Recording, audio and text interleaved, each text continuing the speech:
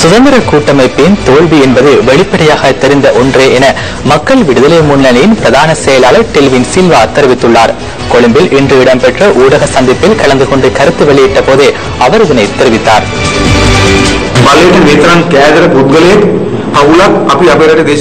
அதிகாரத்தின் மீது இந்தளவு பேராசை கொண்ட நபர் மற்றும் குடும்பத்தை எமது நாட்டின் அரசியல் வரலாற்றில் கண்டதே இல்லை.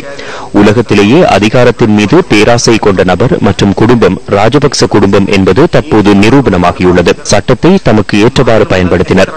மக்கள் நிதி தமக்கு தேவையானவாறு செலவிடப்பட்டது. அலரி மாளிகையிலும் இருந்தார், ஜனாதிபதி மாளிகையிலும் இருந்தார். இலங்கையில் இதனை யாருமே செய்யவில்லை.